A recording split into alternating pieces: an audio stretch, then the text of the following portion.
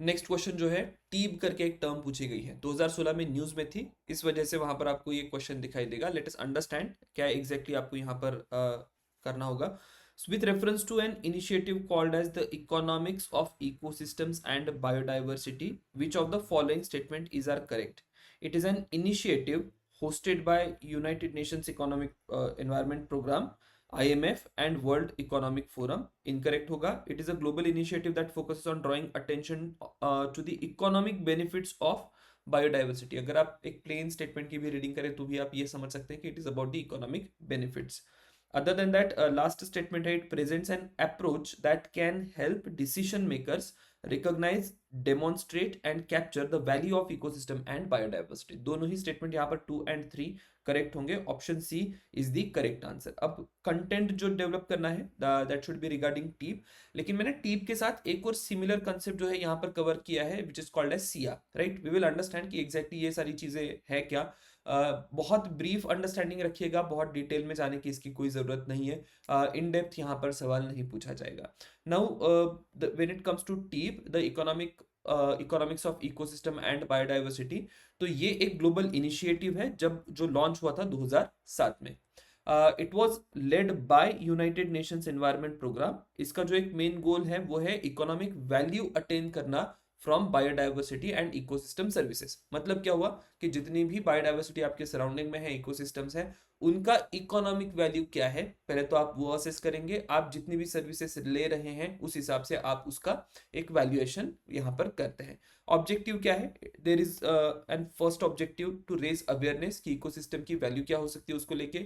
Policy को influence करना, मतलब जितनी भी गवर्नमेंट पॉलिसी है उनको ये इन्फ्लुएंस किया जाता है कि देखिए जितने भी एनवायरनमेंट आपके सराउंडिंग में है उसकी अपनी एक इकोनॉमिक वैल्यू होगी, और जितनी भी पॉलिसी मेकिंग होगी, फाइनेंशियल सिस्टम्स होगी या बिजनेस स्ट्रेटेजी होगी, उसमें उस इकोनॉमिक वैल्यू को इंटीग्रेट किया जाए या कंसिडर किया जाए। और ये जो पूरी वैल्यूएशन होती है इकोसिस्टम की, उस वैल्यूएशन को लेकर जो भी टूल्स की रिक्वायरमेंट है, ये सारे टूल्स भी टीप से प्रोवाइड करे जाते हैं। So that is a brief idea about what this the economics of ecosystem and biodiversity is. ठीक है, बाय एंड लार्ज इतनी चीजें अगर आप ध्यान में रखें तो that should be sufficient.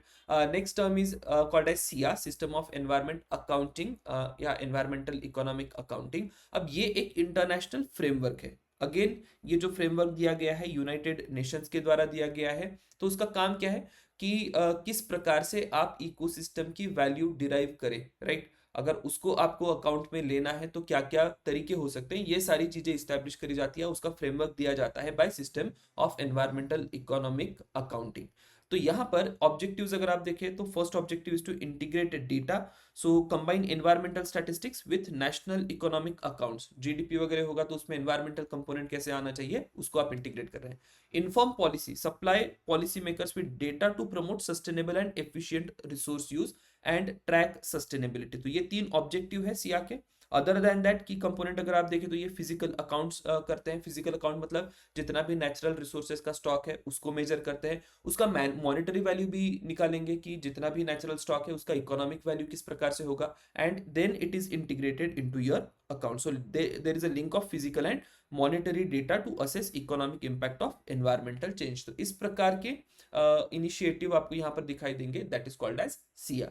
Bye and large benefits वगैरह आई डोंट थिंक इतना पूछा जाएगा, बट सिर्फ टर्म ध्यान में रखनी है, इसके ऊपर कोई मुझे नहीं लगता आगे सवाल बनेगा। अगर न्यूज में होता है तो we will see. The Hindu में तो मुझे नहीं दिखाई दिया कि कभी ये पिछले 2-3 सालों में पूछा गया है। फिर भी अगर कभी न्यूज में आता है तो वी विल सी एंड देखेंगे कि सवाल कैसे बन सकता है। Thank you everyone, will see you in next question.